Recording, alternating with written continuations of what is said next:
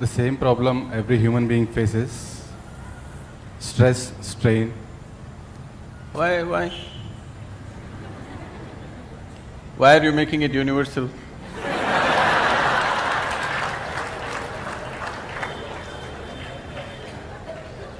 You are assuming that.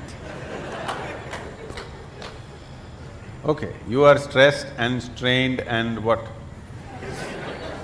And one more point. Torture. Getting married and traveling in the path of yoga to reach to the destination, and not getting married, going on the path of the yoga. Which one is the best way?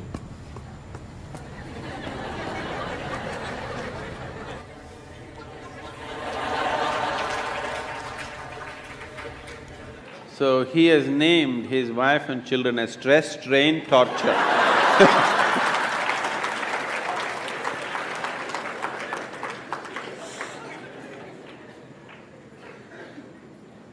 Wife and 2 children, stress, strain and torture. How's that? I don't want you to travel on the path of yoga. Whatever goddamn path you're traveling on, take yoga with you.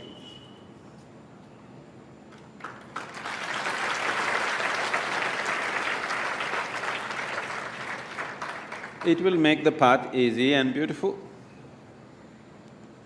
Whether you go north or south, if it is dark, you take a torch, isn't it?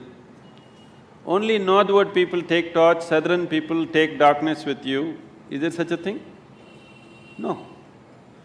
So, you getting married is because of your needs.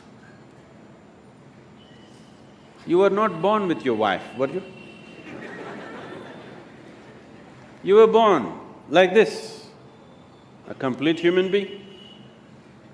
Because you have certain needs, physical, psychological, emotional, maybe financial, social, that also is there, right? So, various needs.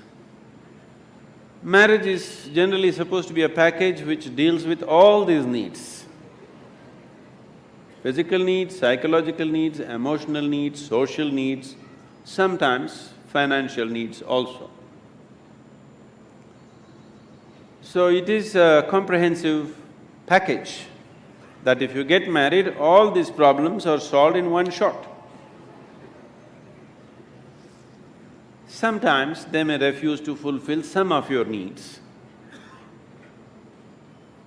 So you get stressed, strained and tortured.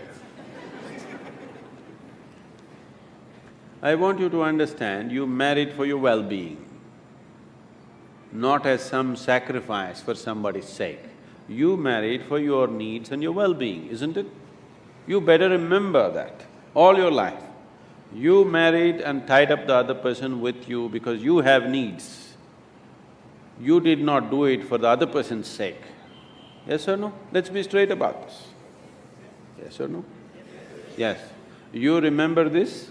If you remember this, you live in little gratitude, okay? You… if not all the 5 pancha and the 5 needs, at least 2 you fulfill for me, thank you very much, isn't it? All the 5 perfectly, maybe they did not fulfill, at least 2 or 3 they fulfilled, right? Your husband or your wife? Did they, didn't they?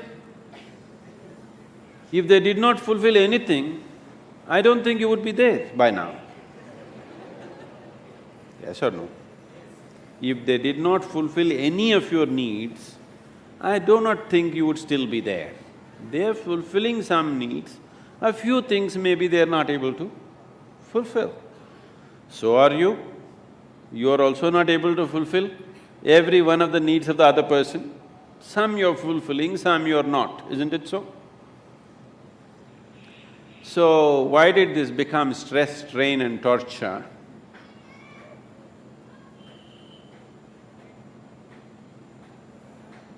Whichever way you have made it, till now, it doesn't matter. If you're willing, in 3 days' time, it doesn't matter how bad your situation is, in 3 days' time, you can bring it to a semblance of peace. If not love, if not ecstasy, at least you can bring it to a peaceful state in 3 days' time if you are willing, 100%. Yes or no? At least you can shut up. Simply, whatever happens. Peace will happen. And maybe they will love it.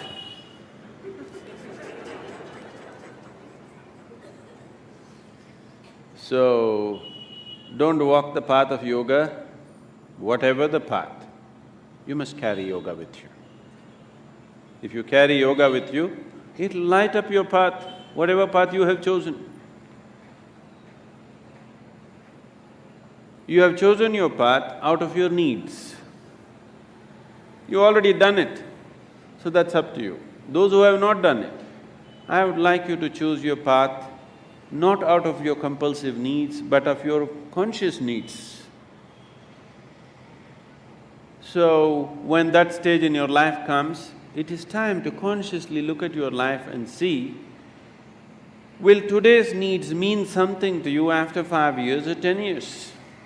Will it be worthwhile to tie up your life for the simple needs that you have today, or are these just passing needs for you?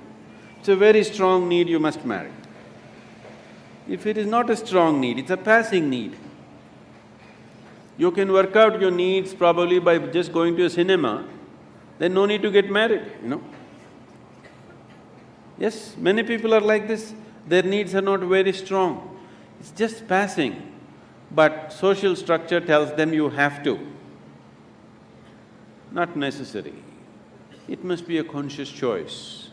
Whichever way you go, it must be your conscious choice, not compulsive choices. Because if you choose compulsively, you will always take it out on the people around you. Because you feel like a slave and you don't like it, so you take it out on them and they will take it out on you. So, it is not about what you're doing, it is about how you do it. What you're doing is according to our requirements, but how you do it will determine the nature of your life. Is it an advantage to walk single rather than walk with people? Yes, if you want to walk rapidly. In Africa there is a saying, they say, if you want to walk quick, walk alone. If you want to walk long, walk in company. If you're making a long distance journey, it's better to have company. If you are walking a short distance and very quick you want to walk, it's best to go alone, isn't it? Gautama said another thing. When somebody asked him the same question, he said, "It is better to walk alone than to walk with a fool." Because by looking at you, he is very clear, who else will marry you?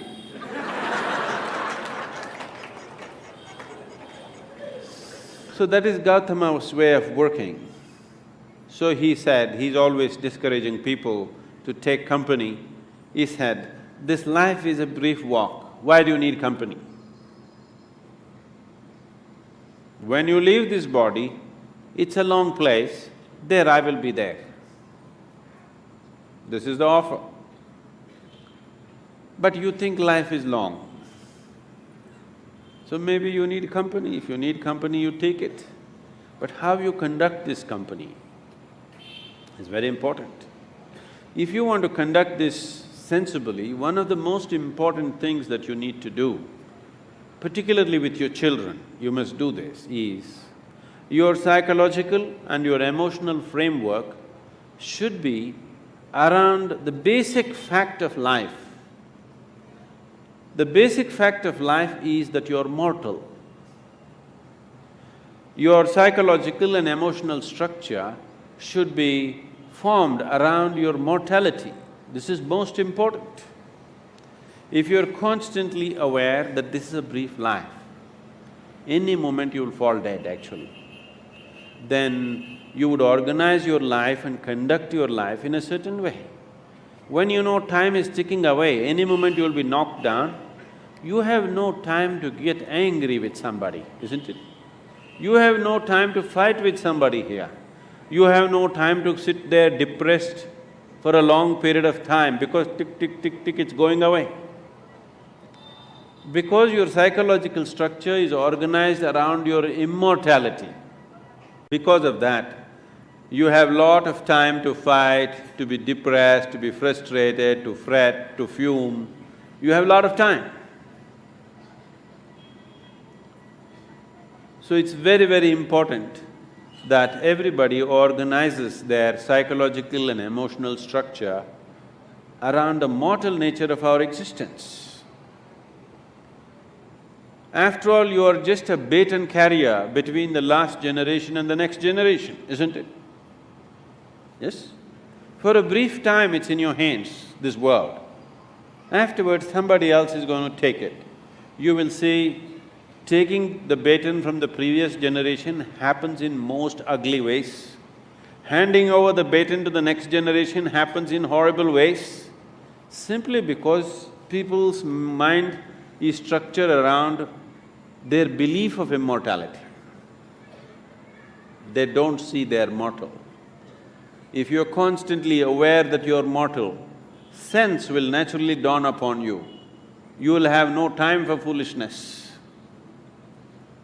Suppose you're aware that tomorrow you're going to die, would you spend today fighting with somebody? Because your time is ticking, isn't it? And your time is ticking even now. Not after a doctor diagnoses you with some horrible disease. Even now it's ticking, isn't it so?